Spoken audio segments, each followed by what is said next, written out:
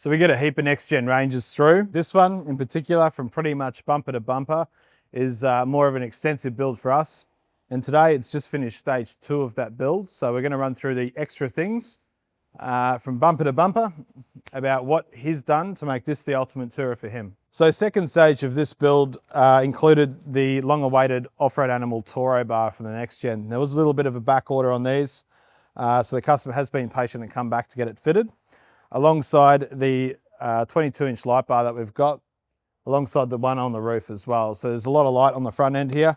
There are fog lights in there as well, which sort of work like the factory fog lights do when we turn and all that sort of stuff. So you'll notice also a little GME aerial. So we do have the XRS, the 370 XRS in the cab too. Great addition to the bull bar, and naturally the best spot for the aerial as well. So when we come around to the side, no flares on this one. So the customer's opted for a offset, which allows him to keep the wheel and tyre package in the native wheel arch, which is cool. Usually when they extrude out, half the car becomes a mess on the side as soon as you touch dirt. We'll go down to tyres. We've got a 285, which effectively is a almost 33-inch tyre. With ROH wheels. Apart from that, the front end, we didn't opt for a winch on this one. Customer didn't think he needed it. Most people don't use winches. Really good to have those. So it just depends on what you need, really. As we go up, we put the platform Rhino rack on. That's the Series 6 platform itself, so the newer, latest edition of those. Again, as I mentioned before, I've got a 40-inch single row up there, mounted with our mounts as well. X1s on the side, both sides, front and rear. Now, tray and canopy, this is where it really begins. The second stage of this saw the roof rack. On the other side, we've got a shower awning and of course the full 270 darkness, which goes out the front and all the way around with the D-zip on the back as well. We've got 35 litres in the headboard, got power to the headboards. That carries 6 BNS with an ignition circuit for the power, central locking as well. Onto the top of the roof rack, solar. Got a 200-watt solar panel up. We generally don't send vehicles out without solar anymore. It's just one of those things that whilst we're doing it, it's so easy to do and cost effective, but out in the field, it's a no-brainer. You really need it. Inside, we've got the 300 amp power hub. Now, industry first for us, again, that's the system that has everything in it. So 300 amp hour of lithium battery capacity. Got solar reg, DC-DC charger, AC charger for shore power charging.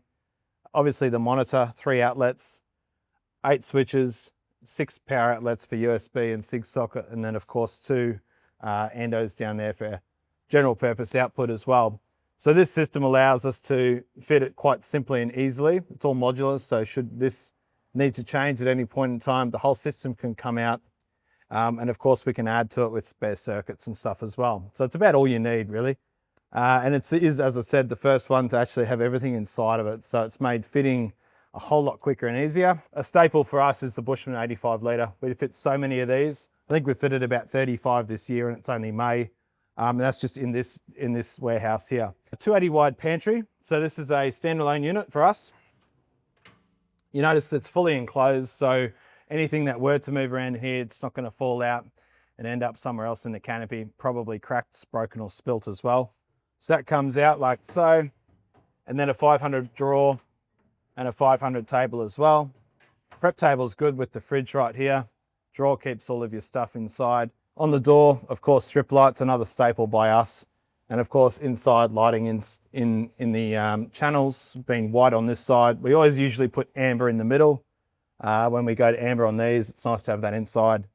And on the other side, we've got white as well. Also common for us is the drawer featured on our trays. Something we've been doing for a really long time. It's proved to be quite successful where you can put things in it instead of trying to keep things shoved in the side and you open the locker and it all falls apart. Staple for us, again, fuel. Lots of people have copied us.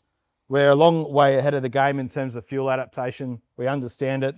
No one wants to fill up and have it clicking and carrying on or spilling out. So what we've done is fully adapted to the native fuel system. It's all OE. And it feels like it should, and it feels like it did prior to coming into us as well. So as we come around the back, you'll notice we've got sensors here. So on certain vehicles, like the Wildtrak, for example, or the Pan Americana in the Amarok variation, we do have a 6 sensor that sits there. The other 2 sensors sit here. And the other blind spot monitors sit under here. Now, a lot of people ask us an email and even call us and ask us how we deal with that. It's really simple. Every Ranger that goes out and every Amarok that goes out has flawless results. We don't have comebacks for these sorts of things. We're very well versed at doing it, and we've owned our own for 2.5 years now. And we understand the back end of the system too, which is really handy. So I've got the jerry can holder here on the back. Over center latch is lockable too, so you can put a padlock in it. It actually comes down like that. Jerry can comes out and simply push it back in. So it saves lifting it out overhead, gives you a little bit of an angle to pull it out as well, which makes it a little bit easier when it's full. We've got power into the tents, so all the accessories in the tent, like your chargers and your lights, are all powered through there. And then of course the 45-degree light on the back here. 3 colors and dimmable, which is mounted under the latest Bushwhacker Shack tent, which is a huge upgrade to what we used to fit, which was their old design. These new ones are a lot better. Not that the old ones weren't. These ones just they've just really leveled up and stepped up the design and the features inside too, which is really cool. And then of course, standard to us, full length trundle drawer. So you can imagine having this as a table and a workbench, and then having the awning all the way over. So if it is windy or rainy and of course sunny, this is still under cover, which is really handy. And standard to us is also the lid. So the magic doesn't stop on this side.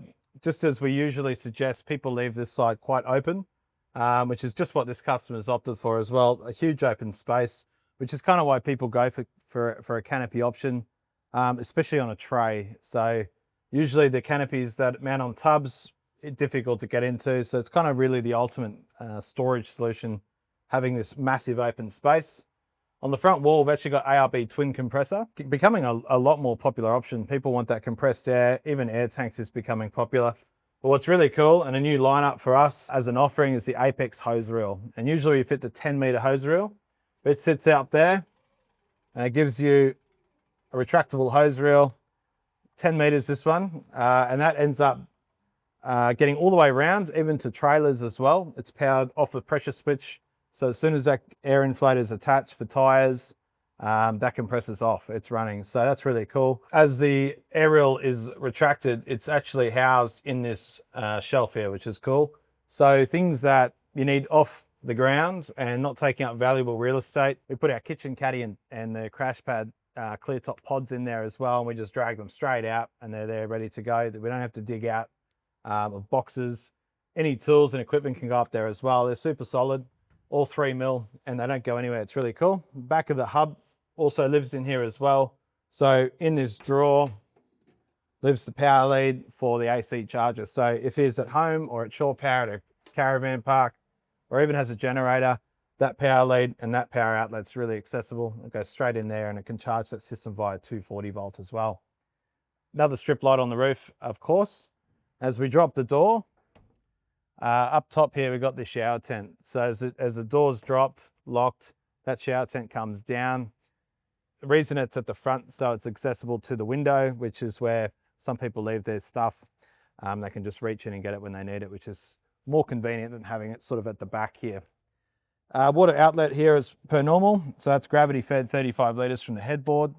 Another 2X1s on the side. And of course the Safari Armax snorkel on the front as well. So on the back here, I did mention earlier, there's a GVM lift on this vehicle. So not only does it lift the vehicle itself, we've obviously got another couple of 100 kilos of GVM. So how that's done, again, Dobinson kit, all remote res on the back, 3-way adjustables. The leaves are the GVM lift, which is usually a 500 kilo to 700, depending on the manufacturer of GVM lift kit. Leaf at the back, and that's supported by airbags as well. Airbags are not something we usually fit due to the fact we get the spring rating right. We're pretty well across that now, but it is a fantastic option to people who do have more varying loads than not. So if you're towing or loading up a lot, but we strictly advise these to be an assistant, not a load carrier. So we get the spring rating right, then we look at accessorizing with airbags or other things like that, helper leaves, that sort of thing as well. But this customer knows exactly what he's doing. He's opted for it. It works really well. We just came back from a little shoot on this car and it rides perfectly. and you wouldn't know it's either got a GVM or it's loaded up as well. So if you've got your eyes on a brand new next gen Ranger, you're thinking of even buying a second hand one, or you got your eyes on the new Super Duty, which I think a lot of Australians do, be sure to come and see us. This is something we do so many of. It's for good reason too. I think the next gens for me personally are one of my favorite utes in the sector. And I think I can speak for a lot of Aussies. These are fantastic vehicles in the V6 variation. They've got plenty of power, they can tow, they can stop, and they've got all the tech you'd ever want. And we're very well versed at fitting them out. Stop watching this video now, submit an inquiry online, 8:30 in the morning, we're on the phones.